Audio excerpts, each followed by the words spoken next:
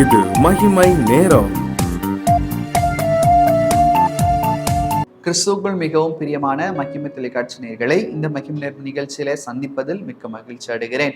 இந்த ஒரு புத்தாண்டை கூட ஆண்டவர் நமக்கு ஈவாக கொடுத்திருக்கிறார். இந்த புத்தாண்டிலும் கூட ஒரு எடுத்துக்காட்டான வாழ்க்கை வாழ கர்த்தர் நம்மை அழைக்கிறார். பிரியமானவர்களே, எப்படிப்பட்டதான எடுத்துக்காட்டான வாழ்க்கையை நாம் வாழ வேண்டும் என்று சொன்னால், எஸ்ராவை ஆண்டவர் நமக்கு சுட்டி காட்டி எஸ்ராவின் வாழ்க்கை எப்படி எடுத்துக்காட்டான வாழ்க்கையா இருந்ததோ, ஒரு முன்மாதிரியான வாழ்க்கையா இருந்ததோ, அதே போல நம்முடைய வாழ்க்கையை மாற வேண்டும் என்று சொல்லி ஆண்டவர் எதிர்பார்க்கிறார். எஸ்ராவின் வாழ்க்கை குறித்து நாம் வாசிக்கும் போது எஸ்ரா 9வது அதிகாரம் 6வது வசனத்தை நாம் பார்க்கும்போது எஸ்ரா 9:6 சொல்லுகிறது, என் தேவனே, நான் என் முகத்தை என் தேவனாகிய உமக்கு முன்பாக ஏறெடுக்க வெட்கி கலங்குகிறேன். எங்கள் அக்கிரமங்கள் எங்கள் தலைக்கு மேலாக பெருகிற்று, எங்கள் குற்றம் வானபரியந்தம் வளர்ந்து போயிற்று. பிரியமானவர்களே, எஸ்ரா இப்படிப்பட்டதான ஒரு ஜெபத்தை, ஒரு துக்கத்தின் ஜெபத்தை எஸ்ரா ஆண்டவரிடத்தில் ஏறெடுக்கிறார். ஏன் இந்த ஜெபத்தை எஸ்ரா ஏறெடுக்கிறார் என்று சொன்னால், அவர் தனக்காக ஏறெடுக்கவில்லை. எஸ்ரா சார்ந்திருந்தான் அந்த ஜனங்கள், அந்த இஸ்ரவேல் ஜனங்கள், அவர்கள் ஆண்டவருக்கு விரோதமான காரியங்களை அவர்கள் செய்கிறார்கள்.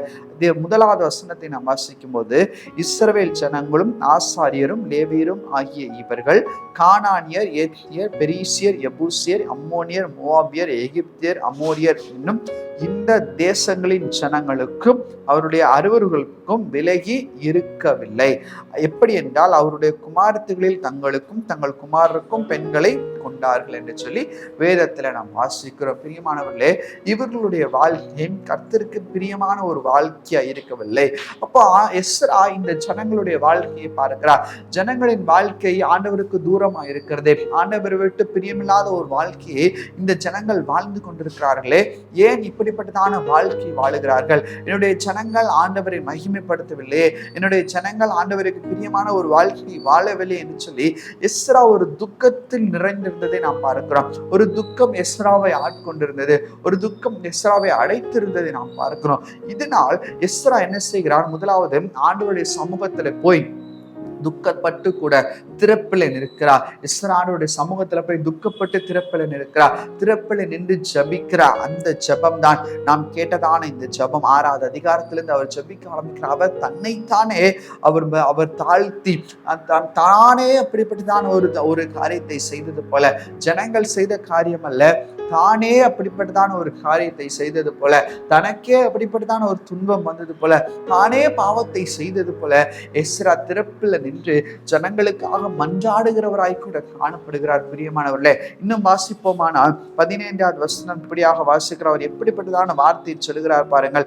இஸ்ரவேலின் தேவனாகிய கர்த்தாவே, நீர் நீதி உள்ளவர் ஆகையால் இந்நாளில் இருக்கிறது போல நாங்கள் தப்பி மீந்திருக்கிறோம். இதோ நாங்கள் உமக்கு முன்பாக குற்றத்திற்குள்ளானவர்கள், இது நிமித்தம் நாங்கள் உமக்கு முன்பாக நிற்க தகாதவர்கள் அல்ல என்று பிரார்த்தித்தேன். எஸ்ரா ஒரு திறப்பில நின்று ஜபிக்கிறதான ஒரு உண்மையான பிரார்த்தனையை இந்த இடத்துல ஏறெடுப்பதை பார்க்கலாம். ஜனங்களுக்கு அவரே பரிதபித்து தனக்கு என்னென்ன காரியங்கள் நடந்துருமோ என்று சொல்லி இந்த எஸ்ரா சொல்வதை நாம் பார்க்கிறோம். பிரியமானவர்களே, இன்னைக்கு நம்முடைய வாழ்க்கையிலும் கூட நாம் இப்படிப்பட்டதான ஜபங்களை நாம் செய்ய வேண்டும் என்று சொல்லி கர்த்தர் எதிர்பார்க்கிறார்.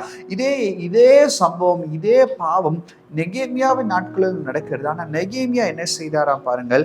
நெகேமியா 13வது அதிகாரம் 25வது வசனத்தை நாம் வாசிக்கும் போது, அவர்களையும் நான் கடிந்து கொண்டு அவர்கள் மேல் ஒரு சாபத்தை கூறி அவர்களில் சிலரை அடித்து மயிரை பீத்து, நீங்கள் உங்கள் குமாரத்திகளை அவர்கள் குமாரர்களுக்கு கொடாமலும் அவர்கள் குமாரத்திகளில் ஒன்றையும் குமாரர்கள் கொள்ளாமலும் உங்களுக்காகிலும் இருக்க வேண்டும் என்று சொல்லி தேவன் மேல் ஆணையிட பண்ணி அவர்களை நோக்கி என்று சொல்லப்படுகிறது. நெகேமியாவுடைய அப்ரோச், நெகேமியாவுடைய காரியங்கள் வித்தியாசமா இருக்கிறது.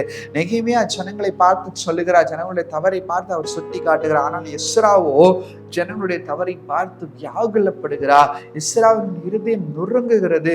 ஐயோ, என் ஜனங்கள் அழிகிறார்களே, ஐயோ, என் ஜனங்கள் பாவத்திற்கு நேராய் போகிறார்களே, என் தேசம் கர்த்தரை விட்டு தூரமாய் போகிறதே என்கிறதான ஒரு எண்ணம் இந்த எஸ்ராவின் மேல் வந்ததினால், இந்த கர்த்தருடைய பாரத்தை எஸ்ரா உணர்ந்ததினால் அவர் வேற எதுவும் செய்வல, திறப்புல போய் நிற்கிறார். ஆண்டவர்கிட்ட பேசுறாரு. ஆண்டவர்கிட்ட பேசும்போது அந்த காரியம் எஸ்ராவுக்கு ஜெயமாய் முடிந்தது. அவருடைய ஜபத்தை முடித்த உடனே எஸ்ரா 10வது அதிகாரம் 1வது வசனத்தை பார்க்க, எஸ்ரா இப்படி விண்ணப்பம் பண்ணி அறிக்கையிட்டு அழுது தேவனுடைய ஆலயத்திற்கு முன்பாக தாழ விழுந்து கிடக்கையில் இஸ்ரவேலில் புருஷரும் ஸ்திரீகளும் பிள்ளைகளுமான மகா பெரிய சபை அவனிடத்தில் கூடிட்டு ஜனங்களும் மிகவும் அழுதார்கள். அது மாத்திரமல்ல, இந்த ஜனங்கள் மனம் திரும்பியதாக அந்த 10வது அதிகாரம் முழுவதுமாக நாம் வாசிக்கிறோம். பிரியமானவர்களே, இன்னைக்கு இந்த திறப்பில நிற்கிற ஜனங்களாய், இந்த இஸ்ராவை போல திறப்பில நிற்கிறவர்களாய் நாமும் மாற வேண்டும். இந்த புதிய வருடத்திலே நாமும் மாற வேண்டும் என்று சொல்லி கர்த்தர் எதிர்பார்க்கிறார். உங்களுக்கு ஒரு சாட்சி நான் சொல்லுகிறேன். ஒரு கல்லூரியில ஒரு ஜபக்குழு இருந்ததாம். ஒரு சகோதரி அந்த ஜபக்குழுவை நடத்தி கொண்டு வந்தாரலாம். இந்த சகோதரி மற்ற சகோதரிகள் எல்லாவற்றையும் போய் 6 மணிலேருந்து 7 மணி வரைக்கும் ஜபம் நடக்கும். இந்த மற்ற சகோதரி எல்லாரையும் போய் இந்த ஜபத்துக்கு வாங்கல் என்று சொல்லி அழைப்பார்களாம்.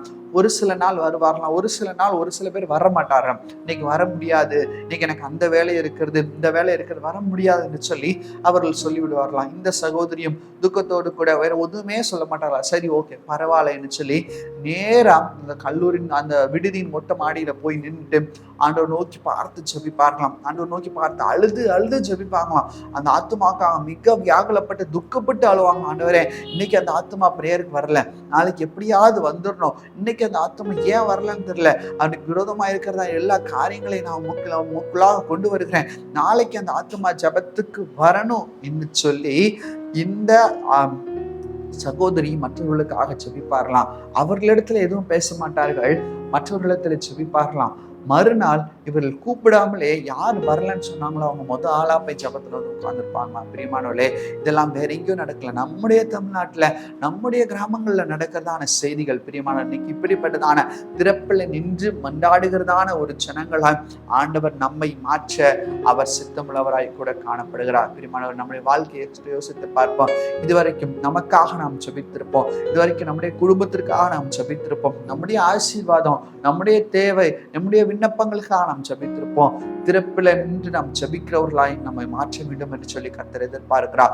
இதுவும் ஒரு ஆசீர்வாதம். புதிய வருஷத்துல இந்த ஆசீர்வாதத்தை நான் ஜெபிக்கிறேன். ஜெபத்தின் வல்லமையினால் நீர் என்னை நிரப்பும் என்று சொல்லி ஆண்டவரிடத்துல வைராக்கியமாய் நாம் கேட்க வேண்டும். எசேக்கியேல் தீர்க்கதரிசன புஸ்தகத்துல நான் வாசிக்கிறோம், திறப்பிலே நிற்கவும் கதவை அடைக்கவும் ஜனங்களை நான் தேடினேன், ஒருவனையும் காணேன் என்று சொல்லப்பட்டிருக்கிறது. அப்படிப்பட்டதான ஒரு வார்த்தை, ஒரு துக்கமான வார்த்தை ஆண்டவர் நம்மை பார்த்து சொல்லிடக்கூடாது. ஆண்டவரே, நான் திறப்பில் நிற்கிறேன், என்னுடைய தேசத்திற்காக நான் திறப்பில் நிற்கிறேன், தேசத்துல அழிந்து கொண்டிருக்கிற ஆத்துமாக்களுக்காக நான் திறப்பில் நிற்கிறேன், பாவத்திலே சிக்கி தவிர்க்கிற வாலிபர்களுக்காக நான் திறப்பில் நிற்கிறேன், ஆண்டவரே, போதை வஸ்துக்கு அடிமையா இருக்கிறதான வாலிபர்களுக்காக நான் திறப்பில் நின்று நான் ஜெபிக்கிறேன், அதிகாலையில் எழும்பி நான் ஜெபிக்கிறேன், என்னுடைய தேசத்தின் தலைவர்களுக்காக அதிகாலையில் எழும்பி ஜெபிக்கிறேன், ஞானமற்று செயல்படுகிறவர்களுக்காக அதிகாலையில் எழுப்பி நான் ஜெபிக்கிறேன், நான் திறப்பிலே நிற்கிறேன் என்கிறதான ஒரு வாஞ்சை இந்த இஸ்ராவை போல நமக்கு வர வேண்டும். இஸ்ரா அந்த பாவத்தை தன்னுடைய பாவமா யாரு கருதினார். இன்னைக்கு நாம் வாழ்ந்து கொண்டிருக்கிற இந்த தேசத்துல எவ்வளவோ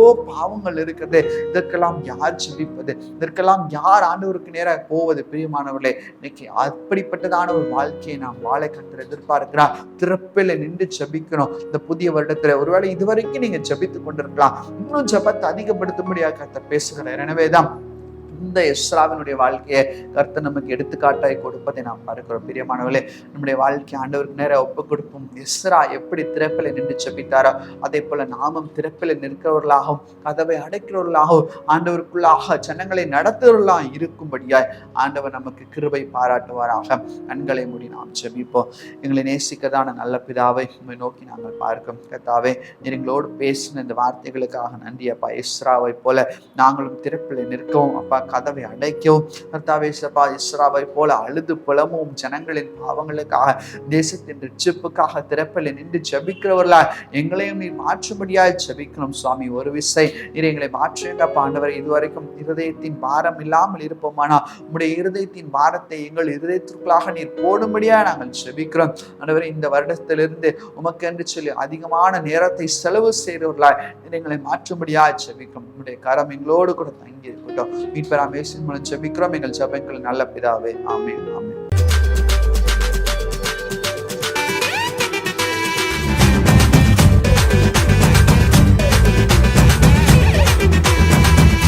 மகிமை